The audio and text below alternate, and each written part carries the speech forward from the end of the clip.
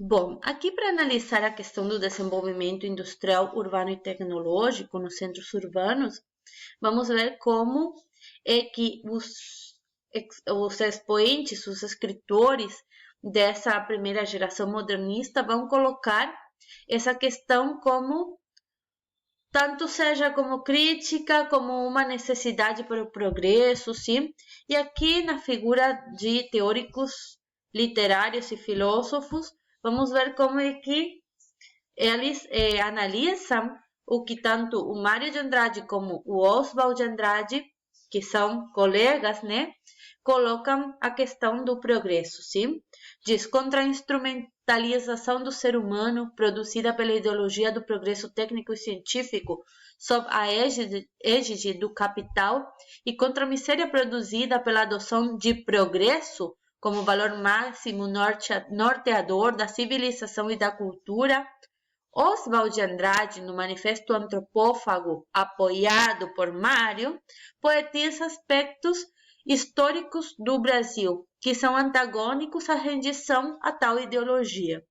Nunca tivemos gramáticas, nunca fomos catequizados, nunca admitimos o nascimento da lógica entre nós. Em compensação, já tínhamos o comunismo, a magia e a vida, tínhamos a relação e a distribuição dos bens físicos, dos bens morais, dos bens imaginários, um mundo não datado, não rubricado, sem Napoleão, sem César. Antes dos portugueses descobrirem o Brasil tinha descoberto a felicidade. Vejam só esta questão que eu peço que experimentem no filme, sim? O exemplo de toda essa questão filosófica que é colocada por eles sobre o que significou o progresso que vem da Europa ao Brasil, sim, em questão de industrialização e mais, e pensar o que procura este grupo de representantes culturais quando falam da brasilidade, sim? Então, eu peço que vão ao filme Macunaíma entre os minutos 25 e 26 e 50, sim? Bom. Por outro lado, temos a questão do projeto modernista, sim. O projeto modernista no Brasil vai começar através da Semana de Arte Moderna, no ano 1922. Bom, aqui estamos trabalhando numa primeira fase ou geração que é chamada de fase heroica ou fase nacional, sim, que vai entre o ano 1922 e 1930. Este grupo, um grande grupo de representantes culturais brasileiros, se reúnem para colocar novos ideais, novos parâmetros, novos padrões para a arte brasileira, afastando-se dos parâmetros tradicionais, colocando novos ideais que provêm da vanguarda europeia, mas que se produza dentro do que chamariam uma identidade brasileira, uma vanguarda própria do Brasil, uma linguagem brasileira, sim? Então, dentro desse projeto modernista no Brasil, vão surgir 3 manifestos, sim?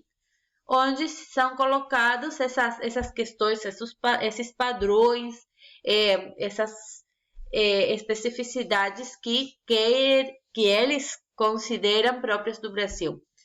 Um dos manifestos foi o Pau Brasil, sim, que foi assinado no ano 1924, através de revistas se publica o manifesto.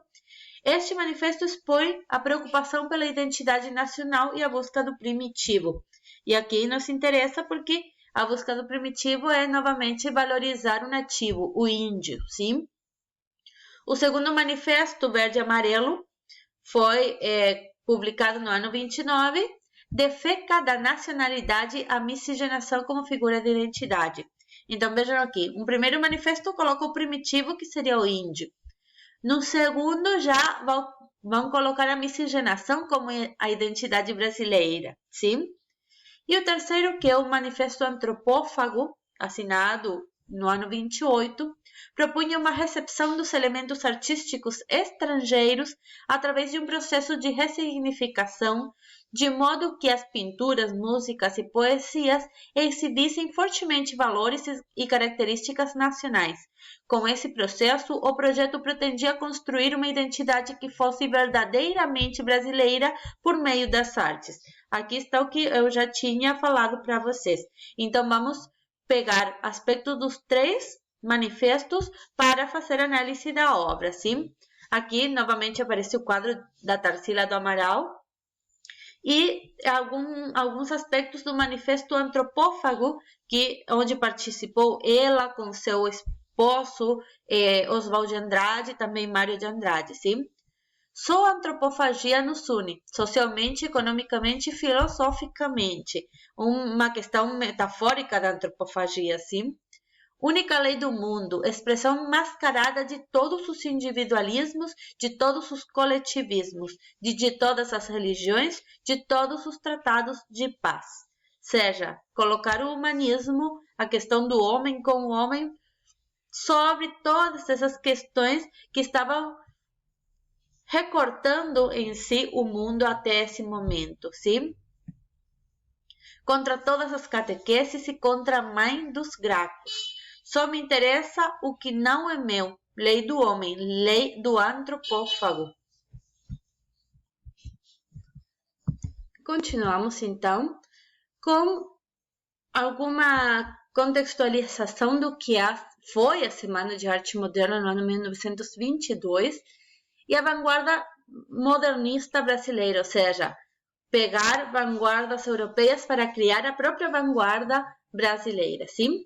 A Semana de 22, que teve lugar no Teatro Municipal de São Paulo entre 11 e 17 de fevereiro, apresentou uma programação de conferências, recitais poéticos, concertos e exposição de artes plásticas, tomando como modelo a programação dos festivais de arte futuristas e dadaístas. Aqui já aparece uma relação com o que acontecia fora do Brasil.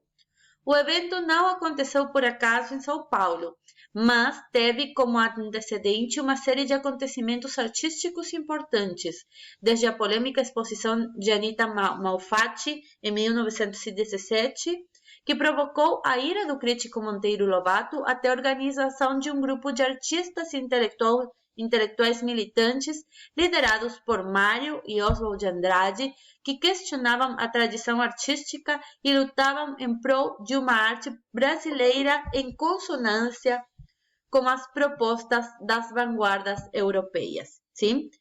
Este trecho foi tirado do livro de Darcy Ribeiro, sim, sobre a cultura brasileira.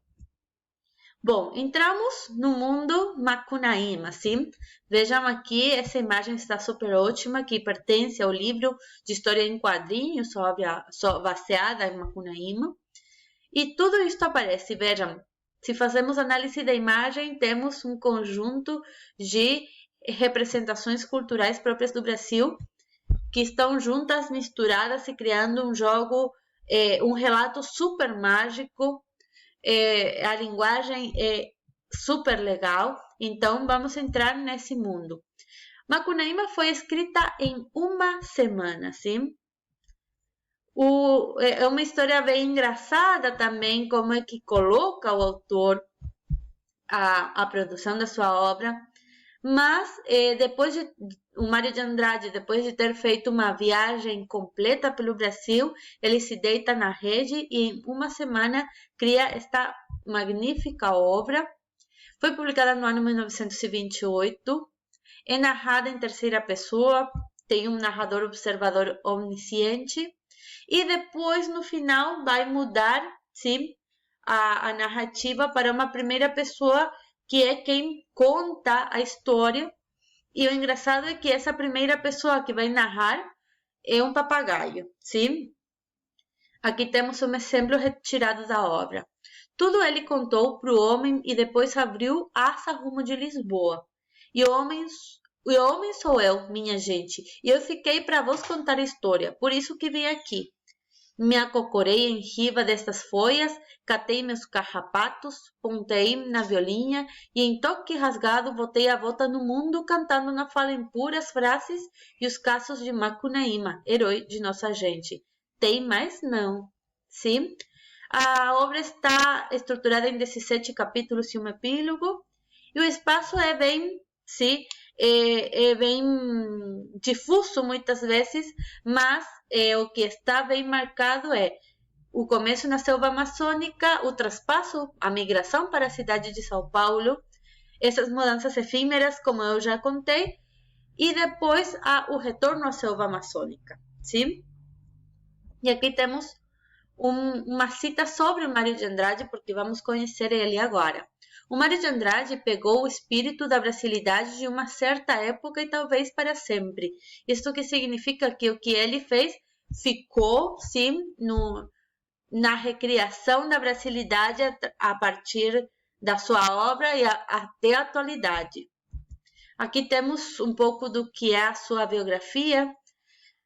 Mário de Andrade, o pensador moderno, assim colocado pelos críticos. Aqui temos uma fotografia, um retrato dele, também uma caricatura, sim, feito por Divalcante. Mário Raul de Moraes Andrade, sim, ele nasceu em São Paulo, o 9 de outubro de 1893 e morreu o 25 de fevereiro de 1945, sim, uma data importante. Poeta, romancista, crítico de arte, folclorista, musicólogo e ensaísta brasileiro. Aqui também nos interessa muito que ele tenha sido folclorista e musicólogo, porque isso vai colocar na sua obra. Foi protagonista da Semana de Arte Moderna, sim. Ele deu uma enorme contribuição e teve influência decisiva para a literatura do país, considerado um dos maiores escritores brasileiros e um dos pioneiros do movimento modernista no Brasil. Ele formou parte desse manifesto que eu já comentei.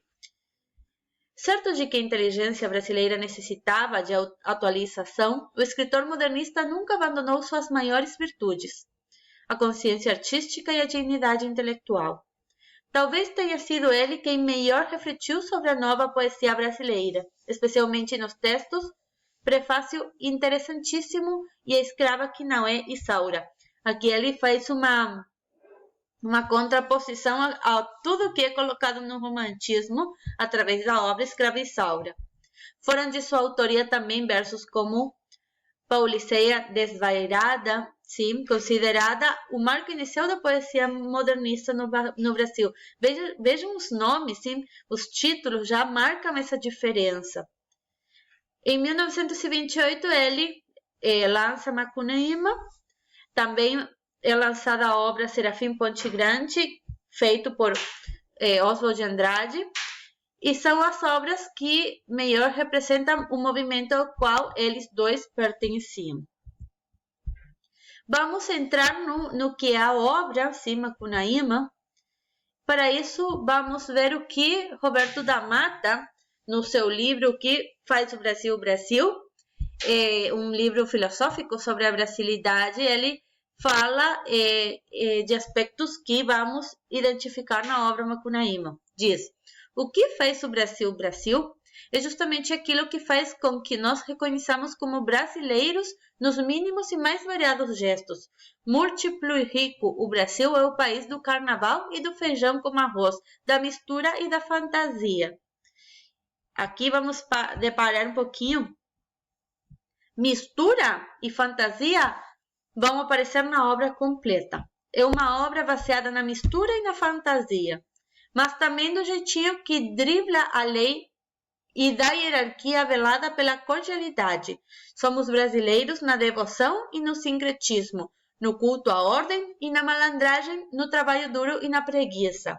Nossa brasilidade é um estilo, uma maneira particular de construir e perceber a realidade.